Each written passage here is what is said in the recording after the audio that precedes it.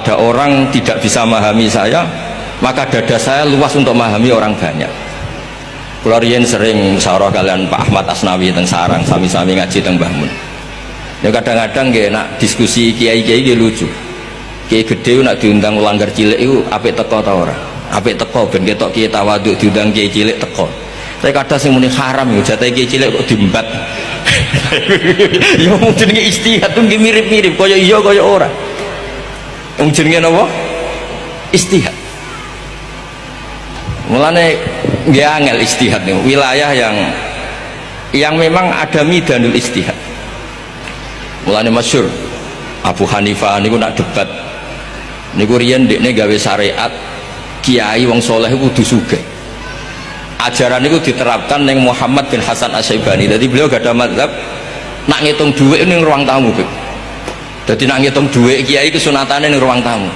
Iku apa ora pamer? Ora ben santri ra kepikiran nyalami templek kiai ini. Mergo kiai ini duwike wis akeh. Iku yo masuk akal. Nah, tapi nak teng Jawa kan koyo sombong, wong dhuwit kok diketok. Ketokno. Lah tapi nek ora diketok-ketokno kiai ini duwike sak miliar ning bank, santrine jek mikir nasibit salam templek 50.000 kan yo sakit. Duit 50.000 duit induk, duit nyawa. Disalamno templek mbek wong sing duit luwian. Kan yo ribet. Nah semenjak niku Imam Syafi'i udah dipinter, tambah pinter. Ketika setelah ngaji Imam Malik kan ngaji Muhammad bin Hasan sinten Asy-Syaibani, terus dilatih ilmu ingkang namanipun usul napa? Fikih. Akhirnya ketemu betapa Rasulullah Shallallahu Alaihi Wasallam niku yuhibbul masakin, sangat mencintai tiang miskin. Tapi akrabe kalian Abu Bakar niku tiang sugih. Sayyidina Utsman gitu tiang sugih.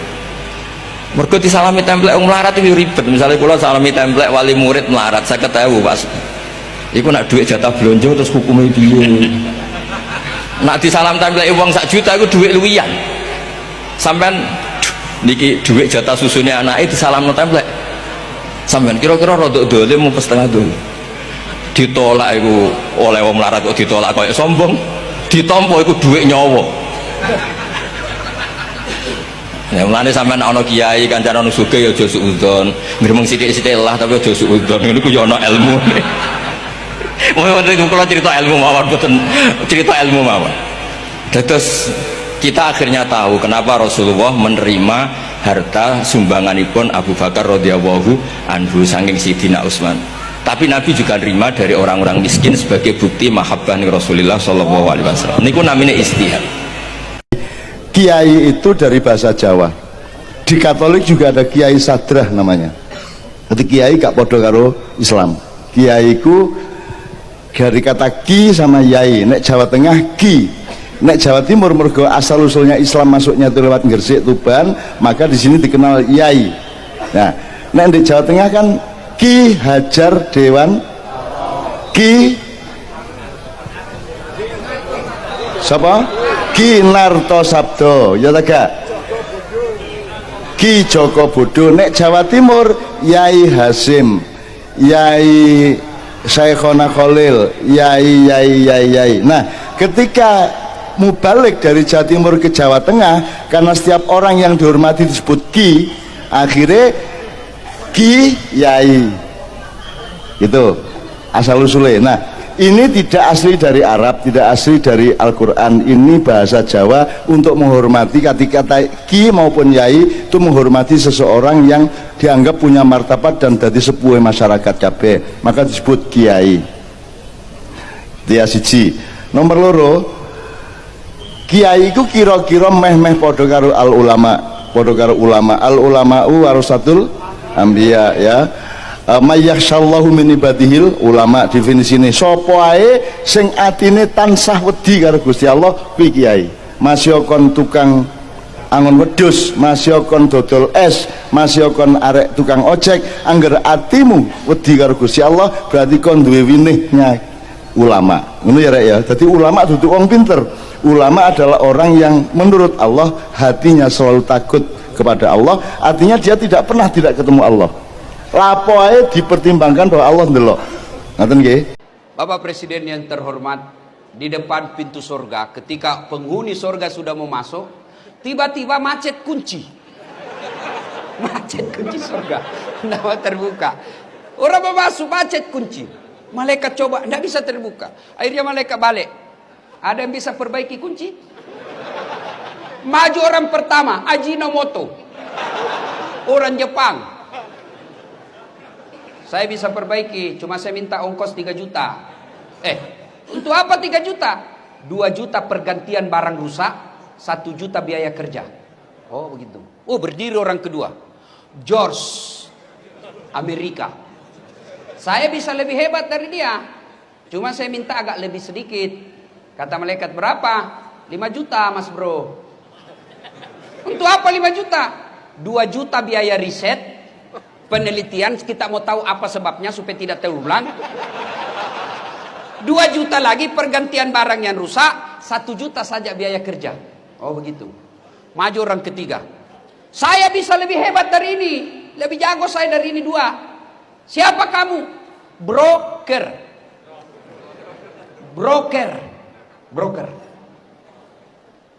Saya minta 15 juta. Kenapa 15 juta? Lebih mahal. Kau apain 15 juta? Dia dekati malaikat, dia bisik malaikat. 5 juta untuk kamu. 5 juta untuk saya. 5 juta kasih orang Jepang kerja, masih ada untungnya. Ini bahasa Indonesia. Langsung ditendang masuk neraka. Kau kira ini negaramu? Qiraatun, hanya sekedar baca saja, ya. Hanya sekedar baca saja, tapi tidak menuntut kita untuk memahaminya, ya. Tidak menuntut untuk memahaminya. Kalau istilah orang kita kan tadarus, ya, walaupun agak kurang tepat itu tadarus istilahnya. Tadarus itu sebetulnya bukan baca. Tadarus itu belajar, memahami isinya. Jadi kalau tadarus Quran artinya membaca Quran dengan terjemahannya, dipelajari isinya. Itu tadarus, ya. Tapi kalau cuma sekedar baca disebut dengan qiraah. Jadi itu amalan yang pertama. Anda boleh setelah tahajud misalnya menunggu datangnya fajar dengan memperbanyak bacaan Quran, sekalipun tidak membaca artinya atau tidak memahaminya. Masya Allah, Allah sediakan pahala yang begitu melimpah bagi orang yang senang baca Quran. Bayangkan baru sekedar baca saja, sekedar baca, Nabi sudah menyatakan minimal pahalanya setiap hurufnya 10 kebaikan, ya. Hadisnya sudah kita sampaikan, masih ingat? At-Tirmidzi nomor hadis 2910. Man qara'a harfan min kitabillah, siapa yang baca itu 1 huruf saja dari kitab Allah, 1 huruf saja, ya. Falahu asyru hasanat, dia akan dapatkan 10 kebaikan, ya. Walam aqul alif lam mim harfun, saya tidak mengatakan alif lam mim itu 1 huruf, walakin alifun harfun, tapi alif 1 huruf, lamun harfun, lam 1 huruf, mimun harfun, mimnya 1 huruf, walikulli harfin asyru hasanat, dan setiap hurufnya itu mendapatkan 10 kebaikan. Jadi kalau antum baca alif lam mim saja, sudah berapa didapatkan? 30. Itu baru baca, belum memahami artinya, Masya Allah. Baru baca saja. Dan berita baiknya, kalau ada orang berkata, ya Rasulullah, kalau saya masih belajar, masih terbata-bata bacaan, hurufnya mengejanya masih susah. Masya Allah, hadisnya di kitab yang sama, nomor hadis 2920. Walladhi yatata'ta', adapun orang yang terbata-bata saat dia mulai belajar membaca, wa huwa syaqqun 'alaihi, sudah terbata-bata, sulit mengeja hurufnya. Orang lain mengucapkan misalnya a'udzu, dia sulit mengucapkannya a'udzu. Masya Allah, falahu ajran, kata Nabi, orang ini minimal dapat 2 kali pahala orang yang lancar. 2 kali pahala, Masya Allah. Kalau tadi alif lam mim yang lancar dapat berapa? 30. Yang nggak lancar misalnya dia ulang alif lam mim, dia ulang lagi alif lam mim, minimal dapat berapa? 60. Ustaz, kalau begitu saya nggak lancar aja bacanya, ya. Nah, itu keliru, ya. Masya Allah. Itu maksudnya setiap kali dia mengulang dia dapat pahalanya, ya. Setiap mengulang tambah lagi, setiap mengulang tambah lagi.